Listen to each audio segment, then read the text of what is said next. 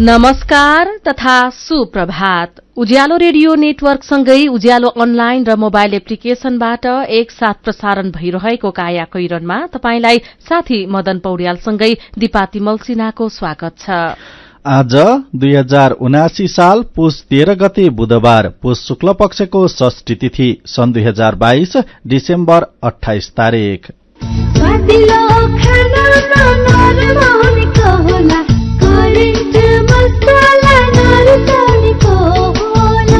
काया कैरनको साथमा करेन्ट मसला र करेन्ट चिया, स्वादको झट्का।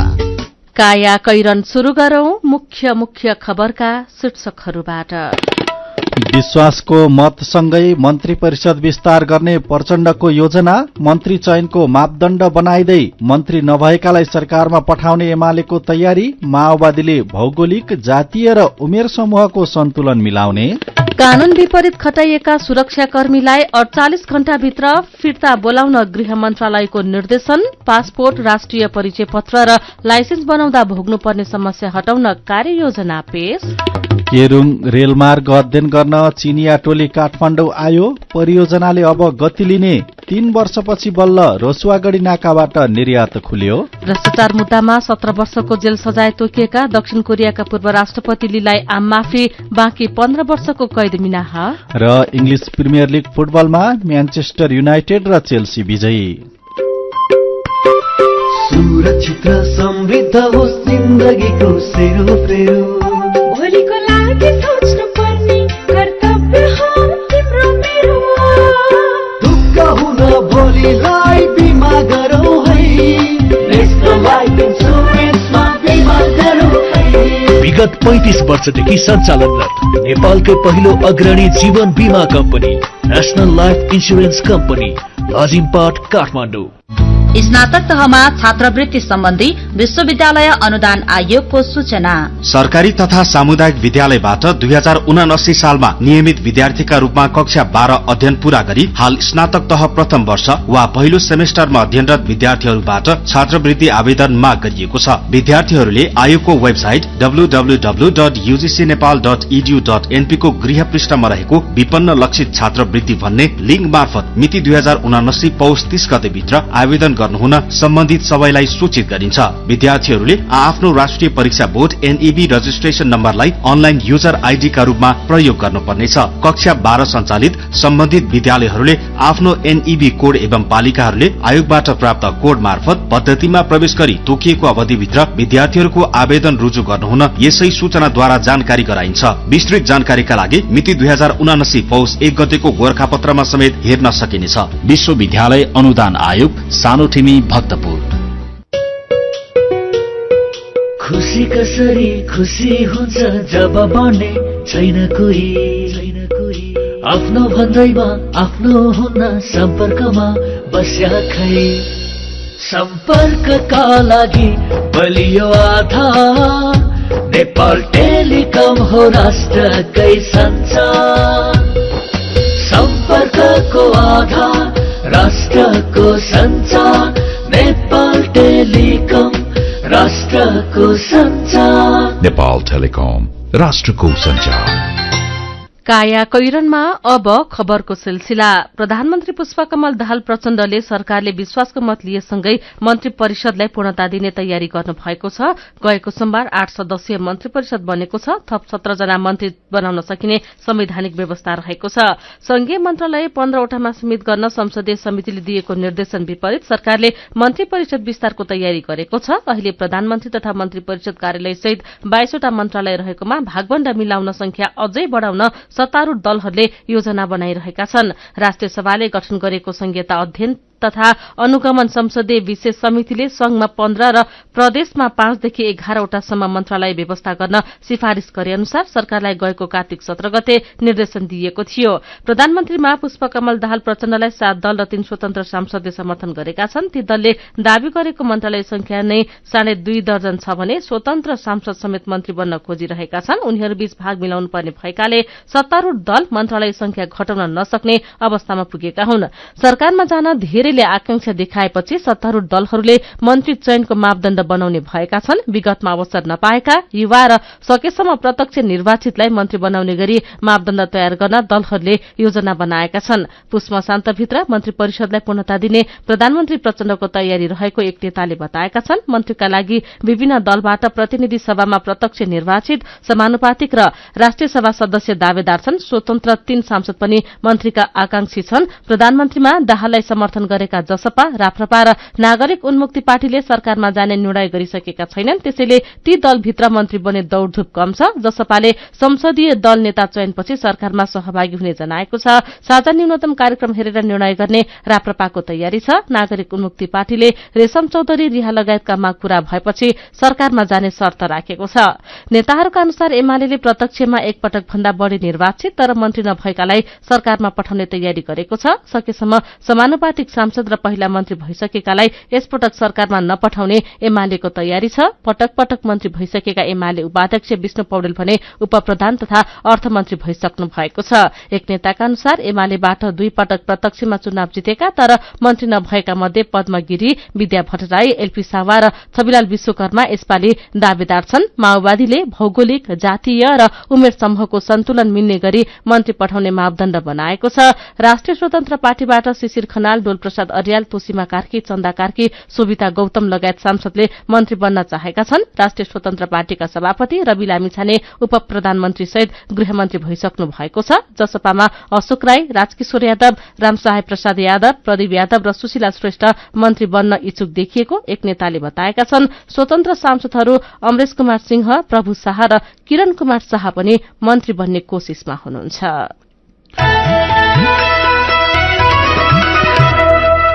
दुई छिमेकी चीन र भारतलाई विश्वासमा लिएर सम्बन्ध सुमधुर बनाउनु पुष्पकमल दाहाल प्रचण्ड नेतृत्वको नवगठित सरकारलाई मुख्य चुनौती रहेको छ। एमसीसी कार्यान्वयनदेखि बीआरआईमा छलफल, भारतसँग विश्वासिलो सम्बन्ध निर्माणदेखि सार्कको पुनरुत्थान वर्तमान सरकारका मुख्य चुनौती हुन्। प्रचण्ड सरकारले बीआरआईका सम्बन्धमा स्पष्ट नीति बनाउनु पर्नेछ। त्यसैगरी कालापानी, लिम्पियाधुरा भारतकै नियन्त्रणमा रहेको अवस्थामा भारतसँग वार्ता गरेर यो भूभाग फिर्ता ल्याउन प्रचण्ड सरकारले पहल गर्छ गर्दैन भन्नेमा पनि आम चासो रहेको छ। यसैगरी पुष्पकमल दाहाल प्रचण्डले भारत, चीन लगायत देशसँग राम्रो सम्बन्ध बनाउने आफ्नो उद्देश्य रहेको समेत बताउनु भएको छ। भारतीय टेलिभिजन च्यानल एबीपी न्यूजलाई अन्तर्वार्ता दिँदै प्रधानमन्त्री प्रचण्डले आफ्नो सरकारलाई चीनतर्फ झुकाव राख्ने भन्नु सही नभएकोमा जोड़ दिनुभयो। आफ्नो पहिलो विदेश भ्रमण भारतबाटै हुने संकेत पनि उहाँले गर्नुभएको छ। सरकारमा सहभागी हुनेबारे पर्ख र हेर नीति लिएको एकीकृत समाजवादीका अध्यक्ष माधव कुमार नेपाल र प्रधानमन्त्री पुष्पकमल दाहाल प्रचण्डबीच सम्वादको वातावरण बन्दै गएको छ। एमाले नेतृत्वमा नयाँ गठबन्धन निर्माणसँगै माओवादीमा दोस्रो तहका नेता एकीकृत समाजवादीका नेतासँग निरन्तर संवादमा छन्। प्रधानमन्त्री दाहाल र नेपालबीच आज पनि छलफल हुने स्रोतले जनाएको छ। केन्द्रीय समितिमा 82.27% सदस्य र संसदीय दलमा 71.91% सांसदको समर्थन रहेका शक्तिशाली कांग्रेस सभापति शेरबहादुर देउबा पार्टीभित्र रक्षात्मक अवस्थामा देखिनु भएको छ। सत्ता साझेदारीको सन्दर्भमा आफ्नै हटका कारण गठबन्धन भत्किएर पार्टी राजकीय सत्ताबाट टाढा पुगेपछि उहाँ रक्षात्मक बन्नु भएको हो। यसको जिम्मा लिनुपर्ने भन्दै नेता शेखर कोइराला, महामन्त्री गगन थापा नेतृत्वको इतर समूह संस्थापन विरुद्ध आक्रामक बनेको छ। पछिल्लो राजनैतिक परिस्थितिमाथि छलफल गर्न कांग्रेसले पुस 22 मा केन्द्रीय समिति बैठक आह्वान गरेको छ। निवर्तमान प्रधानमन्त्री शेरबहादुर देउबाले बिहीबार बालुवाटार स्थित सरकारी निवास छाड्नुहुने भएको छ। माओवादी केन्द्रका अध्यक्ष पुष्पकमल दाहाल प्रचण्ड प्रधानमन्त्रीमा नियुक्त भएको 4 दिनपछि देउबा धुम्बाराही स्थित भाडाको घरमा सर्न लाग्नु भएको हो। देउबाका स्वकीय सचिव भानु देउबाका अनुसार बुढा नीलकण्ठमा रहेको निजी निवास मर्मत भइरहेकोले सर्नमा ढिलाइ भएको हो। राष्ट्रपति विद्यादेवी भण्डारीले संघीय संसदको अधिवेशन पुस 25 गतेका लागि आह्वान गर्नु भएको छ। मन्त्री परिषदले सोमबार मिति सिफारिश गरेसँगै भण्डारीले पुस 25 गते दिउँसो 1 बजे बैठक डाक्नु भएको हो। प्रधानमन्त्रीमा पुष्पकमल दाहाल प्रचण्ड र अन्य मन्त्रीले शपथ लिएकै दिन सोमबार बेलुका बसेको मन्त्री परिषदको पहिलो बैठकले अस्ति बैठकले संसद अधिवेशन आह्वानका लागि सिफारिश गर्ने निर्णय गरेको थियो। निर्वाचन परिणाम घोषणा भएको 30 दिनभित्र प्रतिनिधि सभाको बैठक आह्वान गर्नुपर्ने संवैधानिक व्यवस्था छ। यस अनुसार पुस 27 गतेभित्र अधिवेशन आह्वानको सिफारिश गर्नुपर्ने बाध्यता रहेको थियो। प्रतिनिधि सभाको पहिलो बैठक बसेको मितिले 15 दिनभित्र सभामुख र उपसभामुखको निर्वाचन भइसक्नुपर्ने संवैधानिक व्यवस्था छ। 25 पुसमा अधिवेशन आह्वान भएकाले त्यही दिन पहिलो बैठक बस्नेछ। यस हिसाबले 10 माघभित्र प्रतिनिधि सभाले सभामुख र उपसभामुख पाइसक्नेछ। संविधानको धारा 91 मा सभामुख र उपसभामुख मध्ये एकजना महिला हुनुपर्ने तथा फरक दलको हुनुपर्ने व्यवस्था छ। चुनावको मिति दलहरूले कार्यव्यवस्था परामर्श समितिबाट तय गर्नेछन्। काया कैरनमा रिपोर्टसँगै खबरहरू बाँकी नै छन्, सुन्दै गर्नुहोला। सिमेन्ट जगतमै पहिलो पटक सर्वाधिक उपहार स्क्वाश कार मार्फत स्योर शटमा 5 करोड नगददेखि सुनको सिक्रीसम्म। मासिक र मेगा लकी ड्रमा 5 किलो सुन, 16 किलो चाँदी, हिराको औँठीहरू, थाइल्याण्ड भ्रमण तथा हेली टुर।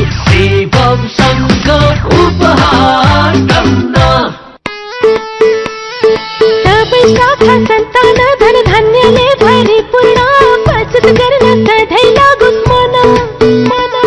ग्लोबल आइएमई धनवृष्टि मुद्दती योजना न त जादु न हो सपना। हुन्छ 2 वर्षमै 3 गुणा। हजुर, ग्लोबल आइएमई धनवृष्टि मुद्दती योजना निरन्तर बचत गर्ने बानीलाई प्रोत्साहन गर्दै प्रारम्भिक रकमको 10% त्रैमासिक रूपमा अन्तिम त्रैमास बाहेक जम्मा गर्दा प्रारम्भिक रकमको 2 गुणा 2 वर्षमै प्राप्त गर्न सकिने। ग्लोबल आइएमई ब्याङ्क, सबैका लागि ब्याङ्क। थोरै बचत धेरै कायदा, बीमाका छन् फाइदै फाइदा। सरकारी स्वामित्व र बीमाको क्षेत्रमा विश्वसनीय नाम राष्ट्रिय बीमा संस्थान। जीवन बीमाका लागि आजै राष्ट्रिय बीमा संस्थान रामशाह पथ काठमाडौँ वा नजिकैको शाखामा सम्पर्क गरौं। विदेशबाट आइएमई गरेको पैसा सिधै तपाईको मोबाइलमा लिन मिल्छ।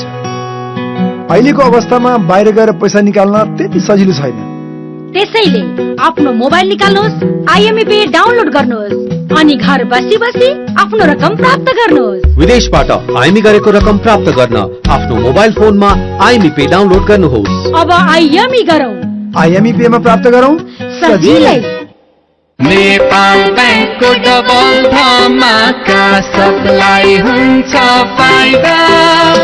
पाइन्छ 2 गुणा प्रतिफल मात्र 5 वर्ष 9 महिना 29 दिन। नेपाल बैंक डबल धमाका मुद्दती खाता हुन्छ सावा रकम दोब्बर 5 वर्ष 9 महिना 29 दिनमा। साथै नेपाल बैंक डबल धमाका रेमिट्यान्स मुद्दती खाता पाइन्छ सावाको 2 गुणा रकम 5 वर्ष 5 महिनामा। समय सँगै अघि बढ्दै नेपाल बैंक लिमिटेड, नेपालको पहिलो बैंक।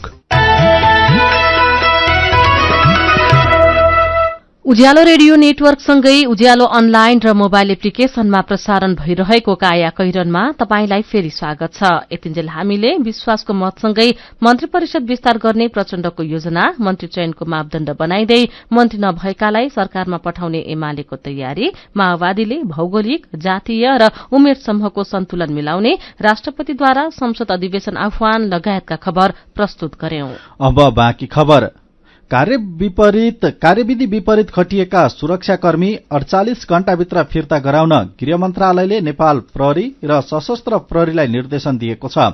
चुनौती विश्लेषण नगरी हरेक दलका हरेक जसो नेताले पहुँचका आधारमा सुरक्षाकर्मी लिँदै आएका छन्। राज्य शक्ति र स्रोतको दुरूपयोग रोक्न विगतमा भएका प्रयास असफल भएकोले यसपालिको के हुन्छ भन्नेमा धेरैको चासो छ। अचुवा निर्णयका आधारमा अनावश्यक सुरक्षाकर्मी लिने र रबाब देखाउने प्रवृत्ति बढेपछि त्यस 2 वर्ष अघि सरकारले बहालवाला तथा पूर्व विशिष्ट व्यक्तिको सुरक्षा सम्बन्धी कार्यविधि ल्याएको थियो। कसैले कार्यविधि विपरीत सुरक्षाकर्मी राखेको हुन सक्छ, उनीहरूलाई तत्काल फिर्ता गर्न भनेका छौं। गृह मन्त्रालयका प्रवक्ता फणिन्द्रमणि पोखरेलले भन्नुभयो, त्यसको सबै विवरण पनि सुरक्षा निकायसँग मागिएको छ। गृहमन्त्री रवि लामिछानेको निर्देशनमा गृहले दुवै प्रहरीलाई पत्राचार गरेको छ भने प्रेस विज्ञप्ति निकालेर यसमा सहयोग गरिदिन आग्रह समेत गरेको छ। तर कार्यविधि विपरीतका सबै सुरक्षाकर्मी फिर्ता गर्ने निर्णय गर्दै दुरूपयोग रोक्न पटक पटक प्रयास गर्दै आए पनि राजनैतिक दबावका कारण कतिपय सुरक्षाकर्मी फिर्ती हुन सकेका छैनन्। कतिपय पूर्व विशिष्ट अधिकारीले सुरक्षाका नाममा राखेका सुरक्षाकर्मीलाई घरेलु काममा लगाउने गरेको पाइएको छ। पूर्व प्रहरी अधिकारीको घरमा सुरक्षाका लागि बस्ने प्रहरीहरू खाना पकाउने, भाँडा माझ्ने तथा सफा गर्ने काममा खटिँदै आएका छन्। राज्यबाट तलब खाने सुरक्षाकर्मी यसरी व्यक्तिगत कामदार बनाउनकै लागि पहुँचवालाले लिने चलन रहेको छ। कार्यविधि अनुसार केन्द्रीय सुरक्षा समिति तथा जिल्ला सुरक्षा समितिको बैठकबाट सुरक्षा जोखिम रहेको निष्कर्षका आधारमा मात्र पीएसओ खटाउनु पर्ने प्रावधान छ। त्यस विपरीत दबावको भरमा तथा चाकडीका लागि नेता, व्यवसायी र अन्य केही पहुँचवाला व्यक्तिहरूले सुरक्षाकर्मीको दुरूपयोग गरेका छन्। आजका पत्रपत्रिकाले खबर छापेका छन्। गृह मन्त्रालयले राष्ट्रिय परिचय पत्र, राहदानी, नागरिकता र सवारी लाइसेन्सका समस्या र समाधान सम्बन्धमा विकल्पसहित प्रधानमन्त्री तथा मन्त्री परिषद कार्यालयमा कार्ययोजना पेश गरेको छ। प्रधानमन्त्री कार्यालयले सरकारी कार्यालयबाट दिइने सेवामा नागरिकले शास्ति र झन्झट खेप्न परेपछि ती समस्याका क्षेत्र पहिचान गरी समयबद्ध हिसाबमा सुधारका उपाय समेत दिन सबै मन्त्रालयसँग माग गरेपछि गृहले विकल्पसहितको कार्ययोजना पेश गरेको हो। मन्त्रालयहरूबाट प्राप्त विवरणका आधारमा प्रधानमन्त्री कार्यालयले त्यसलाई अन्तिम रूप दिँदैछ। लामो लाइन बस्नुपर्ने तथा घरबाटै भर्न खोज्दा पनि पालो आउने व्यवस्था नरहेको पासपोर्टको यो समस्याका लागि विभिन्न 5 बुँदामा गृहले समाधान सुझाएको छ। नागरिकताका सम्बन्धमा गृहले समस्या समाधानका लागि अल्पकालीन र दीर्घकालीन दुवै खाले विकल्प अघि सारेको छ। अल्पकालीन समाधानमा नीतिगत रूपमा सूचना व्यवस्थापन प्रणालीहरूबीच एकीकरण गर्नुपर्ने, प्रक्रियागत रूपमा विवरण प्रविष्ट एक ठाउँबाट गरी अन्य निकायले अतिरिक्त विवरण मात्र भर्नुपर्ने व्यवस्था गर्नुपर्ने र जनशक्ति तथा प्रविधिगत रूपमा सूचना प्रणालीमा एकीकरण गर्न आवश्यक प्लेटफर्मको निर्माण गर्नुपर्ने उल्लेख छ। त्यसैगरी दीर्घकालीन समाधानका रूपमा एकीकृत सेवा प्रवाहको व्यवस्था गर्ने विकल्प सुझाइएको छ। सरकारी संयन्त्र र सेवा प्रवाहप्रति नागरिकमा अविश्वास र आक्रोश बढ़ेको पनि गृह मन्त्रालयले निष्कर्ष निकालेको खबर नयाँ पत्रिका दैनिकले छापेको छ। काठमाडौँ उपत्यकामा अहिले मेलम्ची खोलाको पानी ल्याएर वितरण भइरहेको छ। पानी नपाएर हैरान भएका काठमाडौँ उपत्यकाका केही ठाउँका नागरिकलाई पानी आउँदा धेरै राहत भएको छ। तर घर घरमा पानी पठाउने पाइप फुट्दा सड़कमा गुड्ने गाड़ी र पैदल यात्रुलाई शास्ति भएको छ। ठाउँ ठाउँमा सड़क भत्किएका छन् अनि पानी पनि खेर गइरहेको छ। यसको समाधान गर्न सरकारी निकायले एक अर्कालाई देखाएर पन्छिन खोजेका छन्। महेश गेवालीको रिपोर्ट। सड़क मुनि बिछ्याइएको खानेपानीको पाइप फुटेपछि 15 दिन अघि काठमाडौँको लैनचौर सड़कमा पानीको सानोतिनो खोलो नै बग्यो। पिच गरिएको सड़कको केही भाग नै पानीले बगाइदियो। पैदल यात्रुलाई बाटो काट्न खोला तरे जस्तै संघर्ष गर्नु पर्यो। ट्राफिक जामले हैरान बनायो। समस्या देखिएको केही दिनमा काठमाडौँ उपत्यका खानेपानी लिमिटेडले पाइप मर्मत गर्यो र सड़कमा परेको खाल्टो पनि पुर्यो। तर अहिले फेरि त्यही ठाउँ वरपर नै पाइप फुटेर पानी चुहिन थालेपछि स्थानीयवासी आक्रोशित भएका छन्। लैनचौरकी उर्मिला श्रेष्ठ। पानी आउँछ अनि फोडिदिन्छ, त्यसपछि खन्छ, खनेर त्यतिकै छोडिदिन्छ। अब बनाउनु पर्छ भने वास्तै हुँदैन, कति आएर राति राति खनिरा हुन्छ, यादै हुन्न। खानेपानीको पाइप फुट्ने समस्या काठमाडौँमा मात्र होइन, ललितपुरमा पनि उस्तै छ। ललितपुरको भनिमण्डल चोकबाट नखुदोबाट जोडिने सड़कको बीचमा खानेपानीको पाइप फुटेर सड़कमै बगिरहेको छ। एक त साँगुरो सड़क, फुटपाथ नहुँदा पैदल यात्रीलाई गाड़ीबाट जोगिएर हिँड्न पनि धौधौ छ। त्यसमाथि पाइप फुट्दा यात्रुलाई समस्यामाथि समस्या। काठमाडौँ उपत्यका खानेपानी लिमिटेड र सड़क विभागले बेला बेला खाल्टो पुर्छन्, तर 1-2 दिनमा फेरि उस्तै हुन्छ।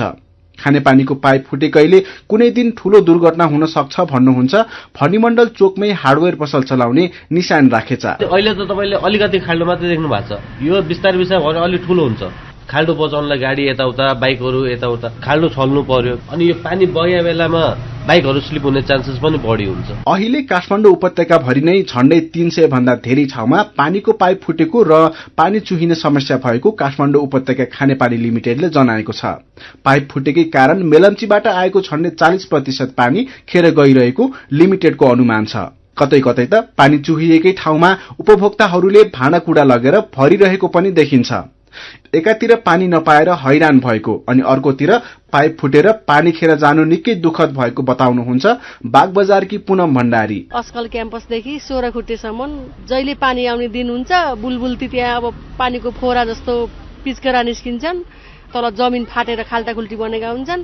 पानी आउने दिनमा पुरै रह बगेको हुन्छ क्या त्यहाँ। सेफ्टी ट्याङ्कीमा इनारमा पानी गएको छ कि छैन बाटोमा चाहिँ देख्न पाइन्छ। बाढीले मुहान वरपर क्षति पुर्याएकाले बर्खामा काठमाडौँमा मेलम्चीको पानी आउँदैन। हिउँदमा मात्रै आएको पानीलाई पनि सरकारले व्यवस्थित गर्न सकेको छैन। दैनिक 17 करोड़ लिटर पानी प्रणालीमा पठाए पनि पाइप फुटेकैले 11 करोड़ लिटर मात्रै उपभोक्ताको धारामा पुग्ने गरेको छ। चुहावटकै कारण मेलम्चीको धारा जडान भएका कैयौं उपभोक्ताको घरमा पानी पुगेको छैन। ठाउँ ठाउँमा फुटेका खाने पानीको पाइप मर्मत र सहज आपूर्तिको समस्या कहिले समाधान हुन्छ त? काठमाडौँ उपत्यका खानेपानी लिमिटेडका प्रवक्ता Prakash Kumar Rai. Rapid response team मार्फत चाहिँ हामीले मर्मतको कामहरूलाई पनि अगाडि बढाइरहेका छौँ। ठूलो मात्रामा न्यूनीकरण चाहिँ हामीले नयाँ सञ्जाल चाहिँ सञ्चालनमा ल्याएपछि मात्रै गर्न सकिन्छ।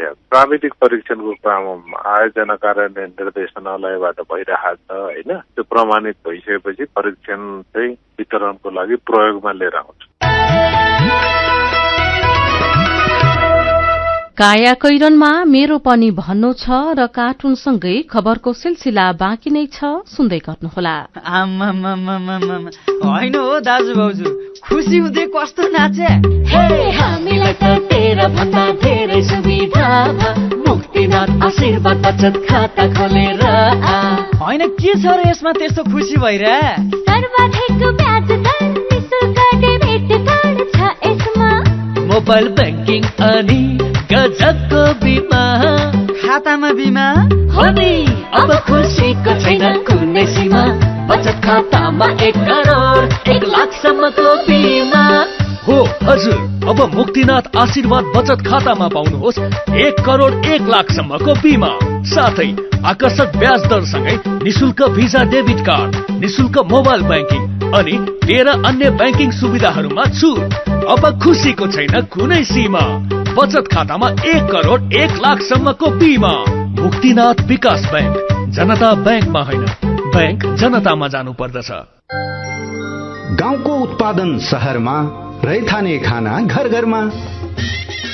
पञ्चगुणीय तत्त्वले भरिपूर्ण रैथाने कृषि खाद्य वस्तु तथा सामग्रीहरू कृषकहरूबाट संकलन तथा प्रशोधन गरी काठमाडौँ उपत्यका भरि सहज रूपमा होम डेलिभरी भइरहेको कुरा सहर्ष जानकारी गराउँदछौं।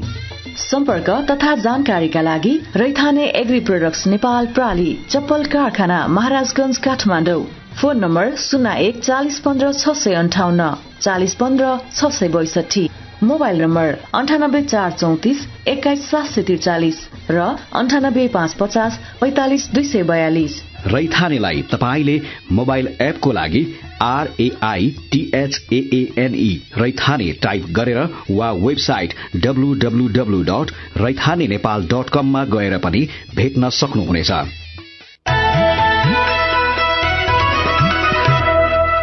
उज्यालो रेडियो नेटवर्क मार्फत देशभरिका विभिन्न एफएम स्टेशन तथा उज्यालो अनलाइन र मोबाइल एप्लिकेशनमा प्रसारण भइरहेको काया कैरनमा तपाईंलाई फेरि स्वागत छ। अब बाँकी खबर। बहुप्रतीक्षित हिमालय वारपार केरुङ काठमाडौँ रेलमार्गको सम्भाव्यता अध्ययन गर्न चिनिया प्राविधिक टोली हिजो काठमाडौँ आइपुगेको छ। पूर्व तयारी अनुसार बेजिङबाट आइपुगेको China railway fast survey and design institute ग्रुपका 6 जना प्राविधिक सम्मिलित टोलीलाई अध्ययन सक्न 42 महिना लाग्ने अनुमान छ। रेलमार्गको सम्भाव्यता अध्ययन पहिले नै गर्ने तयारी भए पनि कोरोना महामारीका कारण अवरुद्ध भएको थियो। चिनिया प्राविधिक टोली आएकोले परियोजनाले अब गति लिने रेल विभागका महानिर्देशक रोहित कुमार विसुवारले बताउनुभयो। यसअघिको पूर्व सम्भाव्यता अध्ययनमा प्रारम्भिक विषय मात्र आए पनि अबको अध्ययनबाट रेलमार्गको दूरी, सुरुङ लगायत पुलको उचाइ, स्टेशन लगायत विषय टुंगिने भौतिक पूर्वाधार मन्त्रालयले जनाएको छ। यसैबीच झण्डै 3 वर्षपछि रसुवागढ़ी नाकाबाट नेपाली सामान चीनतर्फ निर्यात भएको छ। कोरोना महामारीका कारण रोकिएका सामान हिजो चीन पठाइएको हो। पहिलो दिन 50 लाख नेपाली रुपैयाँ बराबरका 8 कन्टेनर सामान निर्यात भएको रसुवा भन्सार कार्यालयका प्रमुख नारायण प्रसाद भण्डारीले बताउनु भएको छ। मेरो पनि भन्नु छ। खाडीका देशहरू नै नेपाली श्रमिकको प्रमुख श्रम गन्तव्य देशमा परेको खबरमा तपाईले लेख्नु भएको विचार र प्रतिक्रिया आजको मेरो पनि भन्नु छमा हामीले समेटेका छौं। ऋषि लामिछाने लेख्नुहुन्छ, त्यताबाट ल्याएको पैसा नेपालको महँगी र अनावश्यक आयातले फेरि बाहिरै जान्छ। अलिअलि बचेको पैसा पनि सरकारलाई अनेक शीर्षकमा कर तिर्दा नै ठिक्क छ। खाडीमा दुःख पायो, पसिना बगायो, तर सुख कहिले छैन। भानुभक्त दाहालको प्रतिक्रिया छ, यो हाम्रो बाध्यता हो। नेपालमा बसेर केही गर्ने वातावरण नै छैन। नत्र हातमा पासपोर्ट बोकेर घर परिवार छाडेर खाडी पस्न कसलाई रहर हुन्छ र। रोजन मगरले हामी यसमै खुशी छौं किनभने नेपालमा अरू विकल्प नै भएनन् भनेर लेख्नु भएको छ। अनि दीपक बास्तोला आफ्नो अनुभव सहित लेख्नुहुन्छ, मैले पहिला 4 वर्ष खाडीमा बसेर काम गरे, पछि आफ्नै देशमा केही गर्न सकिन्छ कि भनेर फर्केर आए, तर यहाँ केही हुन नसकेकोले फेरि उतै जाने तयारीमा छु। मेरै बाध्यताले भन्छ कि 1 वर्षमा 5.5 लाख जना भन्दा धेरै श्रम स्वीकृति लिनु कुनै नौलो कुरा होइन। विचारका लागि तपाईलाई धन्यवाद। मेरो पनि भन्नु छ। मेरो पनि भन्नु छ प्रस्तुत गर्दै हुनुहुन्थ्यो साथी मल्लिका थापा। काया कैरनमा अब विदेशको खबर। भ्रष्टाचारको अभियोगमा जेलमा रहेका दक्षिण कोरियाका पूर्व राष्ट्रपति ली म्युङ बाकलाई त्यहाँका राष्ट्रपतिले आम माफी दिनुभएको छ। लीलाई भ्रष्टाचार मुद्दामा दोषी ठहर भएपछि 17 वर्षको जेल सजाय तोकिएको थियो। राष्ट्रिय दिवसको अवसर पारेर राष्ट्रपति युन सुक एलले लीको बाँकी 15 वर्षको कैद मिनाहा गरी आम माफी दिनुभएको हो। सन् 2013 को फेब्रुअरीसम्म 5 वर्ष राष्ट्रपतिको जिम्मेवारी सम्हालेका लीलाई सन् 2020 को अक्टोबरमा अनियमितता गरेको अभियोगमा 17 वर्षको जेल सजाय सुनाइएको थियो। दक्षिण कोरियाली राष्ट्रपतिले पूर्व राष्ट्रपति ली सहित 1300 कैदी बन्दीलाई माफी दिएका खबरमा उल्लेख छ। अब खेल खबर। इंग्लिश प्रिमियर लीग फुटबलमा गैराती भएका खेलमा म्यानचेस्टर युनाइटेड र चेल्सी विजयी भएका छन्। गैराती भएको पहिलो खेलमा चेल्सीले बर्नमाउथलाई 2-0 गोलले हरायो। चेल्सीका काई हार्भेट्स र मेसन माउन्टले 1-1 गोल गरे। जितसँगै चेल्सी 15 खेलमा 24 अंकका साथ 8औं स्थानमा उक्लिएको छ। पराजित बर्नमाउथ 16 खेलमा 16 अंकका साथ 14औं स्थानमा रहेको छ। अर्को खेलमा म्यानचेस्टर युनाइटेडले नटिंगम फरेस्टलाई 3-0 गोलले हरायो। म्यानचेस्टरका मार्कुस राशफोर्ड, एन्टोनी मार्ची र फ्रेडले 1-1 गोल गरे। जितसँगै 15 खेलमा 29 अंकका साथ युनाइटेड अंक तालिकाको 5औं स्थानमा छ। नटिंगम फरेस्ट 16 खेलमा 13 अंकका साथ पुछारबाट दोस्रो स्थानमा छ। प्रिमियर लीगमा आर्सेनल 15 खेलमा 40 अंकका साथ शीर्ष स्थानमा छ। अब केही खबर संक्षेपमा। सरकारले महान्यायाधिवक्तामा डाक्टर दिनमणि पोखरेललाई सिफारिश गरेको छ। प्रधानमन्त्री पुष्पकमल दाहाल प्रचण्डको सिफारिशमा राष्ट्रपतिले उहाँलाई नियुक्त गर्नुपर्ने हुन्छ। पोखरेलले प्रतिलिपि अधिकारका विषयमा विद्यावारिधि गर्नुभएको छ। पोखरेलले माओवादी नेता कृष्ण बहादुर महराको बलात्कार मुद्दामा उहाँको पक्षमा बहस गर्नुभएको थियो। पछिल्लो प्रतिनिधि सभा विघटनका मुद्दामा विघटनको विपक्षमा बहस गर्नुभएको थियो। नेपाल विद्युत प्राधिकरणले थप 2 आयोजनाको 43 मेगावाट बराबर बिजुली भारतमा निर्यात गर्न अनुमति पाएको छ। भारतीय इनर्जी एक्सचेन्ज आईएक्स को डे अहेड बजारमा प्रतिस्पर्धा मार्फत थप बिजुली बेच्न प्राधिकरणले गरिरहेको प्रयास सफल भएसँगै बर्खायाममा निर्यात हुन सक्ने क्षमता 452 मेगावाट पुगेको छ। प्राधिकरणले अहिले काबेली B1 को 24.25 मेगावाट र तल्लो मोदीको 19.4 मेगावाट बिजुली भारतमा बेच्न स्वीकृति पाएको हो। पुसको झण्डै आधा महिना बित्न लाग्दा बैंकिङ प्रणालीमा लगानी योग्य तरलता संकट फेरि गहिरिन थालेको छ।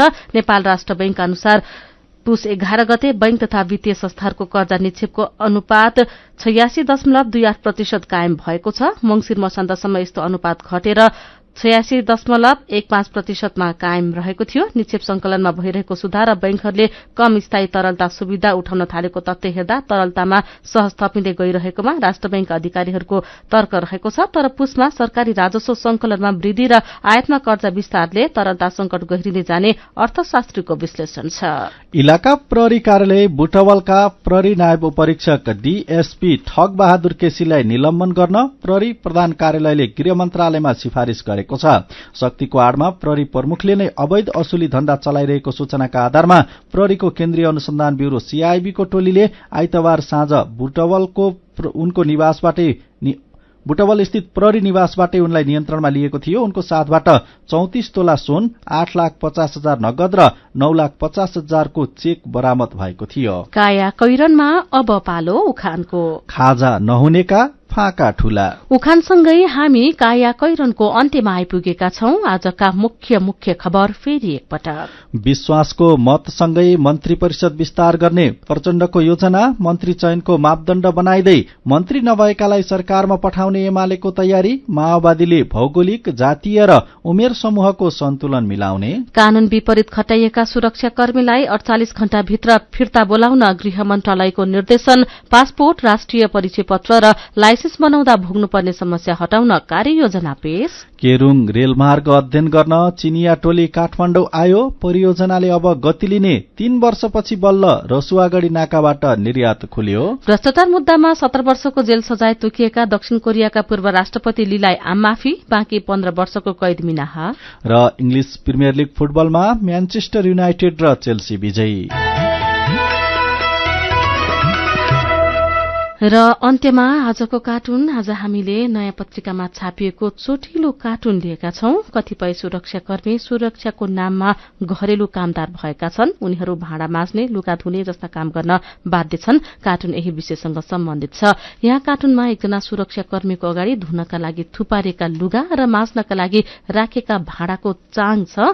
उनी धुन ठिक्क परेर बसेकी छिन्। त्यतिकैमा घरबाट उनलाई फोन आउँछ अनि फोन उठाउँदै उनी भन्दैछिन्, हो आमा, देशको सेवा गर्दैछु। आजको काया कैरन सकिएको छ। उज्यालो मोबाइल र अनलाइनमा प्रसारण भइरहेका रेडियो र अनलाइनका सामग्री भाइबरमा पनि उपलब्ध छन्। काया कैरनबाट प्राविधिक साथी प्रवीण श्रेष्ठसँगै हामी पनि बिदा माग्छौं। घर बाहिर निस्कँदा मास्क लगाउन नबिर्सौं। नमस्कार।